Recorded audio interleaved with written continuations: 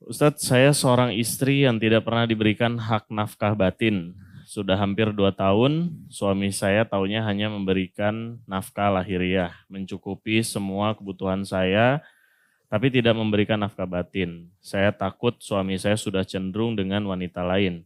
Bagaimana saya harus bersikap, Ustadz? Jadi memang kita harus kembali kepada definisi nikah ya.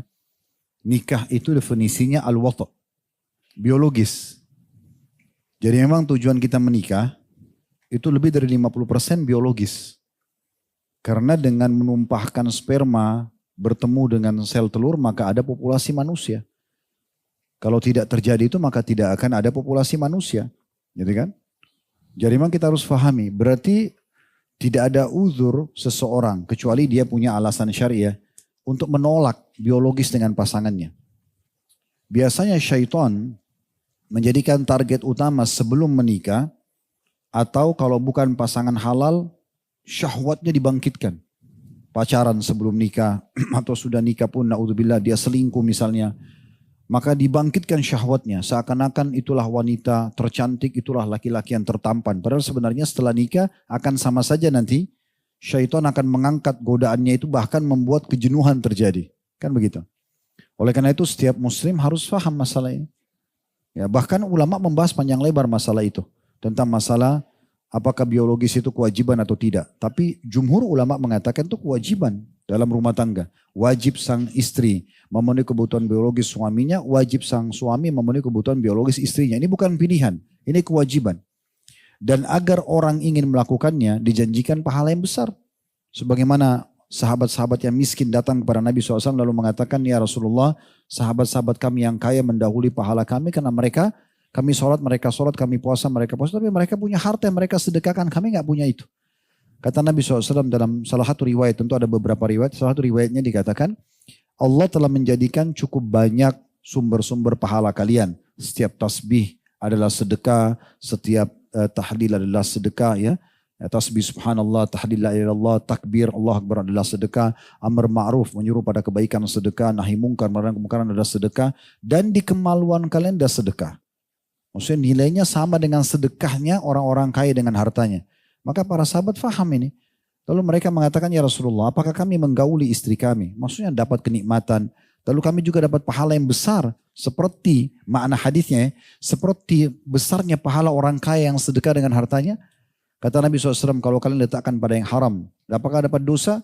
Tanda tanya, tentu jawabannya sudah jelas. Dosa kalau zina.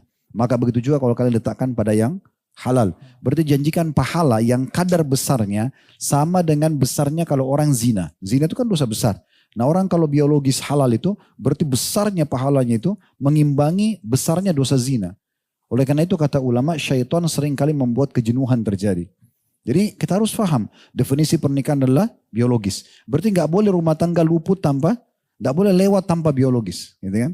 Kemudian dijanjikan pahala yang besar agar orang melakukannya. Ya, bahkan ada hadis Nabi SAW yang menganjurkan setiap laki-laki yang sudah berumah tangga untuk menggabungkan di hari Jumat pagi hari antara mandi junubnya dengan mandi Jumatnya. Dan itu dihubungkan dengan masalah mendapatkan pengampunan dosa sepekan tambah 3 hari, 10 hari. Pakai baju yang bagus ya, kemudian dia pakai wangi-wangian terbaiknya, menyisir rambutnya dengan rapi dan juga mandi seperti mandi junub. Maksudnya menggabungkan antara mandi Jumat sama mandi junubnya. Itu berarti ada motivasi buat itu ya. Juga kalau orang, ini bicara masalah hukum ya. Kalau orang berpoligami misalnya, dia punya 4 orang istri. Maka setiap istri punya hak mabit, nginap. Ya, yang pertama mabit misalnya hari Senin, yang kedua hari Selasa, yang ketiga hari Rabu, yang keempat hari Kamis misalnya. Maka ini kan ada hak mabit. Hak mabit berarti ini adalah biologis. Menginap, interaksi biologis. Berarti kan disuruh melakukan itu sebagai sebuah kewajiban yang harus dilakukan. Nah ini poin penting dulu untuk menjawab dari satu sisi tentang masalah pertanyaan tadi. Jadi nggak ada alasan sebenarnya kecuali orang itu sakit ya. Orang itu memang letih banget ya. Memang datang dari safar, capek bekerja. Kayak tadi misalnya perempuan betul-betul seharian sibuk. Nggak nyapu, ngepel, masak. Kemudian juga cuci baju, urus anak mungkin 3-4 anak nggak ada pembantunya. Suaminya datang lalu dia tidak bisa layan itu. Tidak masuk dalam bab nusyud. Tapi kalau tidak ada semua itu baru bisa masuk dalam bab nusyud gitu kan. Dan perlu difahami syaitan memang tidak mau kita melakukan interaksi biologis itu. Nabi SAW bahkan melakukan interaksi istimta atau menikmati pasangan walaupun istrinya lagi haid. Itu kan disampaikan dalam hadis Bukhari. Aisyah mengatakan radhiyallahu anha, kami kalau sedang haid. Kenapa Aisyah menyampaikan ini? Karena ingin menyampaikan tentang sikap Nabi SAW. Kalau kami sedang haid dan Rasulullah SAW ingin menggaulinya. Karena perempuan haid tidak butuh biologis dan tidak boleh bahkan gitu kan. Tapi kalau suaminya butuh, suaminya ada syahwat. Maka beliau memerintahkan kami mengeraskan kain di tempat keluarnya haid. Kalau kita sekarang kayak pakai pembalut lalu beliau menggauli kami. Kan berarti tetap terjadi interaksi biologis walaupun sebenarnya terjadi haid. Kalau onani haram laki-laki kerjakan sendiri. Tapi kalau istrinya onani kan tidak haram. Kan gitu. Yang dilarang hanya meletakkan kemaluan dalam kemaluan pada saat haid ataupun nifas atau meletakkan kemaluan di dalam dubur. Selebihnya itu dibolehkan dalam agama Islam. Nah ini berarti poin-poin ini menjelaskan tidak boleh berhenti biologis tersebut. Nah cuma dari sisi lain saya ingin jawab. Teman-teman sekalian, karena biologis ini adalah hal yang membawa pada ketenangan jiwa. Orang kalau setelah biologis itu dia lebih tenang jiwanya, lebih rileks. Permasalahan banyak terpecahkan dalam rumah tangga kalau selesai terjadi interaksi biologis. Orang kalau berumah tangga itu, awal ketemu mereka interaksi biologis dulu, 50% permasalahan mereka selesai itu. Sisanya tinggal diskusi hal-hal yang lain gitu ya, yang ringan. Tapi kalau ini rusak, bisa rusak semua yang lainnya. Memang makanya definisi nikah itu adalah biologis. Nah gitu. Baik, dari sisi lain teman-teman sekalian, karena dia adalah ibadah yang besar pahalanya, karena dia adalah sesuatu yang membuat jiwa itu rileks, syaitan tidak mau ini terjadi. Maka perlu ada perhatian khusus dalam interaksi biologis. Kalau pasangan kita tidak ingin melakukan interaksi biologis, kita harus lihat dari dua sisi. Internal kita dan eksternal kita. Internal itu diri kita sendiri, eksternal adalah pasangan kita. Internal dulu dimulai. Ada masalah apa dengan saya nih? Kenapa pasangan saya tidak mau ciuman? Kenapa pasangan saya tidak mau pelukan? Kenapa pasangan saya tidak mau biologis? Kita introspeksi diri dulu. Tanya kepada dia, buka komunikasi. Komunikasikan, ada apa? Ada masalah apa? Ada yang salah?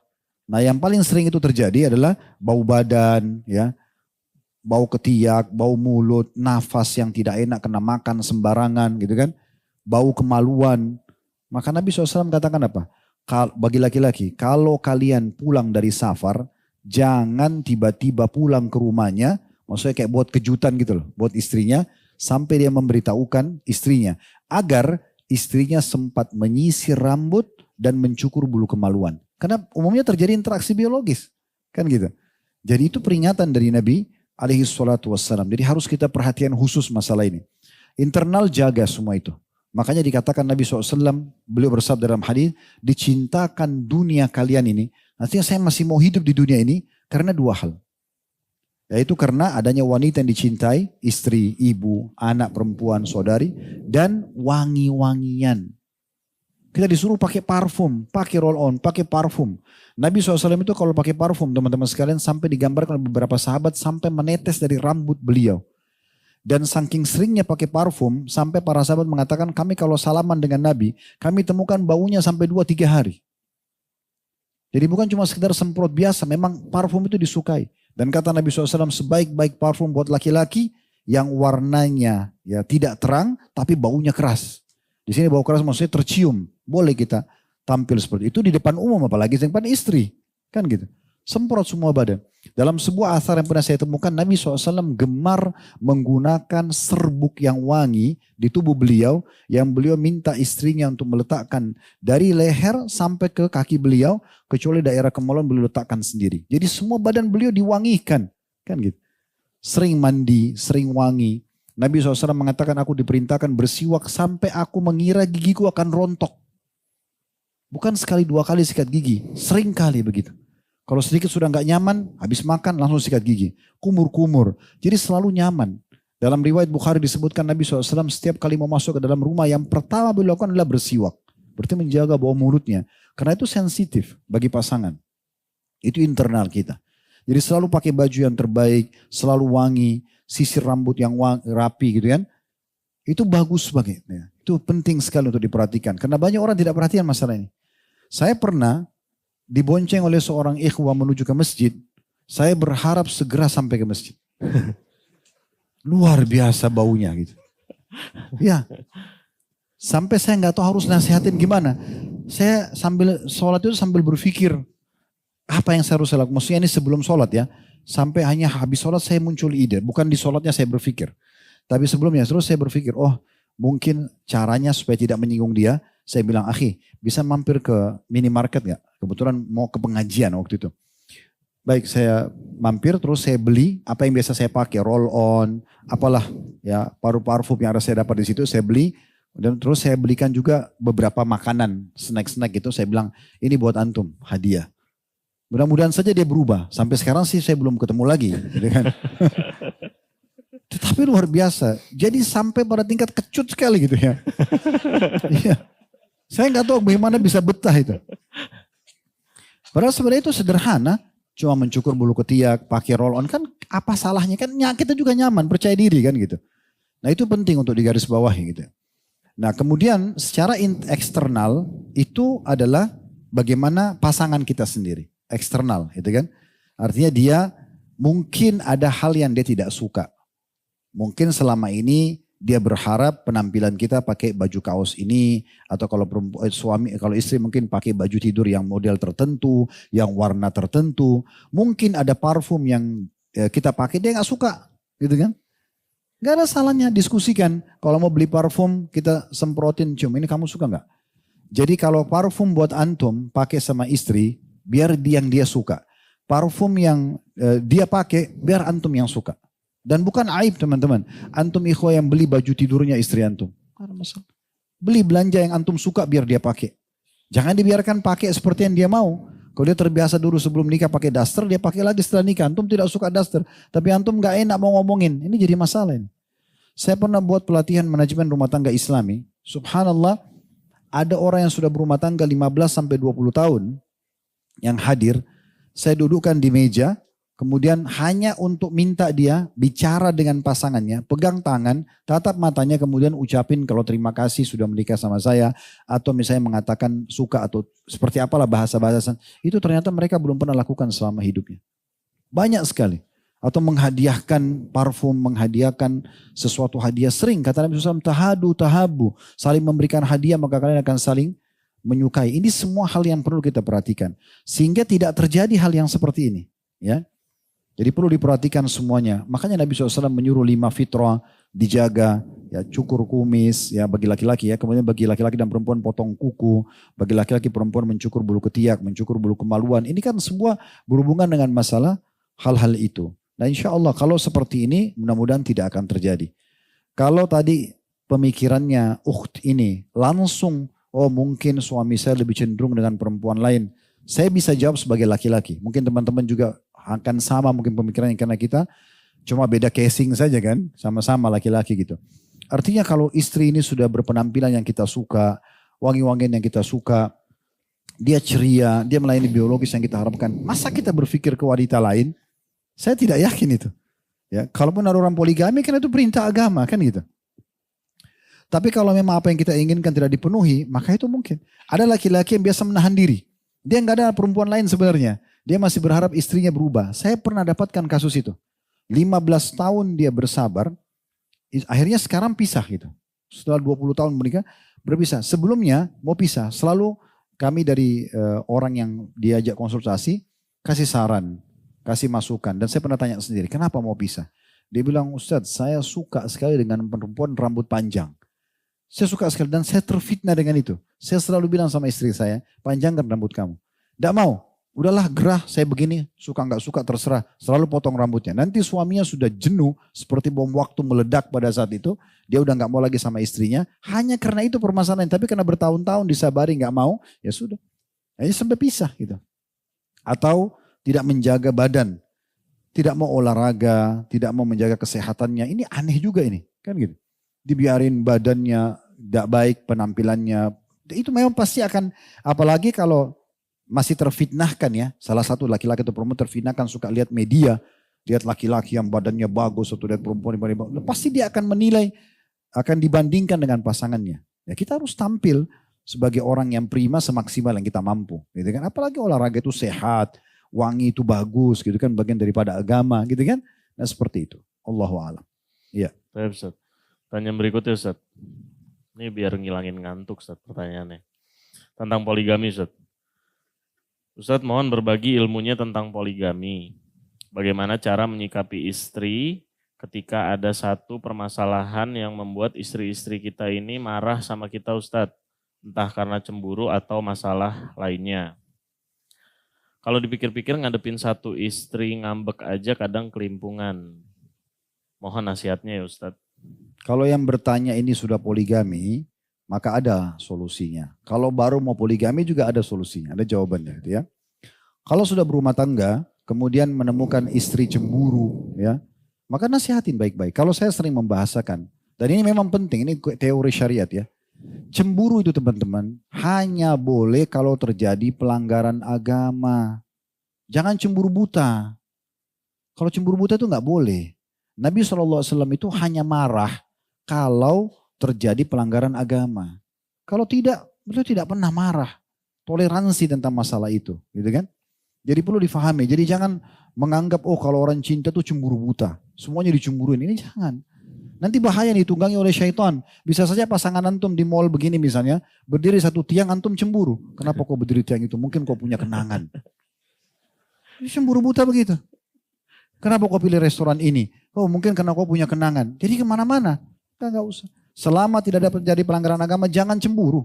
Enggak usah. Orang kalau cemburu buta, cemburu sama mertua, cemburu sama anak, cemburu sama ipar. Ini enggak terkontrol. Cemburu apa ini gitu? Enggak ada dalam syariat Allah SWT ini ya. Jadi kita harus paham ini. Selalu berdalil, oh Aisyah kan Ummul cemburu. Ingat, itu pembukaan hadisnya.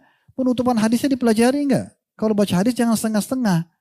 Waktu Aisyah cemburu dengan Sofia, cemburu dengan Khadijah, itu di awal potongan hadis. Di akhir hadis apa? Nabi menegur Aisyah.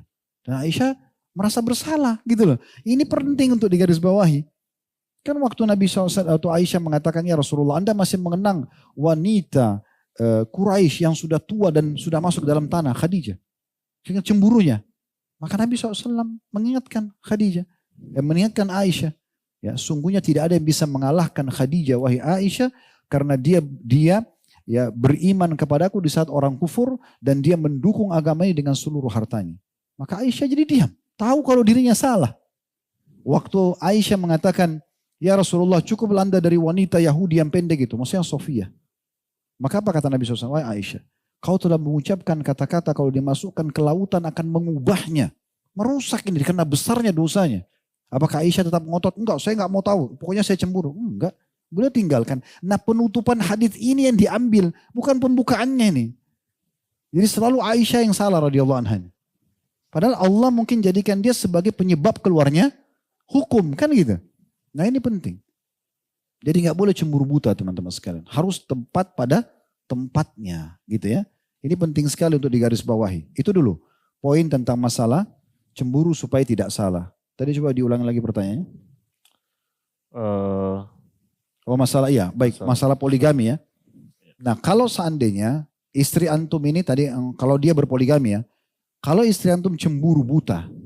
Tiba-tiba saya cemburu dengan satu istri yang lain. Maka tidak usah pedulikan. Anggap itu seperti angin lalu saja. Dia bicara biasa saja. Antum tetap buat kopi, minum susu. Aktivitas biasa. Tidak usah dihiraukan. Karena itu omong kosong. Kan gitu. Gak usah dihiraukan. Gak usah antum terbawa arus. Jangan malah jadi laki-laki yang lembek. Aduh ya maafin saya. Gak ada itu di alam laki-laki. Kalau ada yang begini suruh belajar sama saya dulu. Sedikit-sedikit maaf sayang. Apa ini? Tidak perlu begitu. Kan itu. Soalnya antum salah. Antum kan tidak salah. Antum tidak lagi buat salah. Kita itu minta maaf kalau kita buat salah. Kalau tidak salah ngapain minta maaf? Terlalu merendahkan diri. Kan gitu. Itu keliru. Kita harus juga menjaga wibawa sebagai seorang laki-laki. Ini resep buat sesama laki nih. Ya. Jadi tidak boleh begitu ya. Nah itu poin. Tapi kalau misalnya dia cemburu beralasan. Naudzubillah antum memang punya hubungan sama wanita yang tidak halal. Kemudian dia cemburu. Karena mengetahui itu berhubungan. Itu wajar. Itu normal. Tapi tetap cemburunya dikontrol. Niatnya si yang cemburu ini misalnya istri. Atau antum sebagai laki-laki antum cemburu. Karena antum lihat istri antum kok kayak terlalu supel, semua laki-laki juga bisa ditegur sapa. Antum cemburu. Cemburunya ini tujuannya untuk meluruskan kesalahan pasangan supaya kembali ke syariat. Bukan cemburu buta juga ya. Kapan dia sudah tinggalkan, iya maafin saya mau berubah. Udah selesai, clear. Buka lembaran baru. Rumah tangga yang langgeng, rumah tangga yang terus membuka lembaran baru. Tidak bisa teman-teman sekalian. Kalau antum mau dari awal nikah sampai akhir nikah itu tidak ada konflik, itu tidak ada. Tidak mungkin. Akan ada konflik terjadi. Tapi yang benar adalah selalu buka lembaran baru. Yang benar memaafkan, yang salah minta maaf. Clear. Buka lembaran baru. Lupain masa lalu yang sudah terjadi. Jangan ungkit-ungkit lagi. Itu yang Allah sebutkan dalam Al-Quran dalam surah At-Talaq. Ya. Fa'in ata'nakum fala tabghu alaihinna sabila. Kalau para wanita yang nusyud dalam surah Nisa, maaf. Kalau para istri sudah taat padamu, maka jangan sengaja mencari-cari kesalahannya. Sama suami juga sudah perbaikin, jangan cari-cari lagi kesalahannya. Nah itu poin. Tapi kalau misalnya yang bertanya ini belum poligami, dia memang berpikir kalau saya nanti, kayak tadi ya, saya kalau hadapin satu wanita aja, sudah bingung untuk menghadapi kalau dia lagi ngambek. Bagaimana kalau lebih dari satu perempuan? Berarti kan orang ini bukan praktisi poligami. Saya sarankan bagi laki-laki jangan suka melahirkan sesuatu yang belum antum alami. Ya kan? Saya nanti kalau poligami bagaimana hadapin satu aja kalau ngambek susah. Bagaimana kalau 2 atau 3? Ini belum berperang sudah ngaku kalah. Gimana? Hah? Belum bertarung. Masuk ke ajang pertempuran dulu gitu kan. Nah baru nanti ada solusinya. Tiba masa tiba akal gitu kan. Di saat itu artinya itu kan kalau satu orang ngambek, dan antum lihat juga, saya sudah kasih resepnya. Kalau istri kita ngambek tanpa sebab, tidak usah dilayani. Kalau usah antum aktivitas yang lain tinggalin aja. Nanti dia bertengkar sama tembok sendiri, tidak apa-apa. Gitu. Karena kan tidak ada manfaatnya ya. Kecuali kita sedang salah dan butuh cross check tabayun, baru kita luangkan waktu untuk itu. Kalau enggak tinggalin saja, dengarin ceramah, wudhu, sholat gitu kan. Jadi begitu saja. Saya kalau dengar ada satu ocehan dari istri saya sesuatu yang bagi saya tidak penting, saya wudhu, saya sholat aja. Karena bagi saya tidak penting gitu. Contohnya, atau aktivitas yang lain. Kecuali memang butuh tabayun, ada sesuatu yang salah, kita butuh menjelaskan itu lain, tidak ada masalah. Jadi lebih baik kita pakai waktu-waktu kita yang sangat mahal untuk hal-hal yang baik. Romantis lah, apalah diskusi tentang masalah masa depan, nah itu yang penting. Allah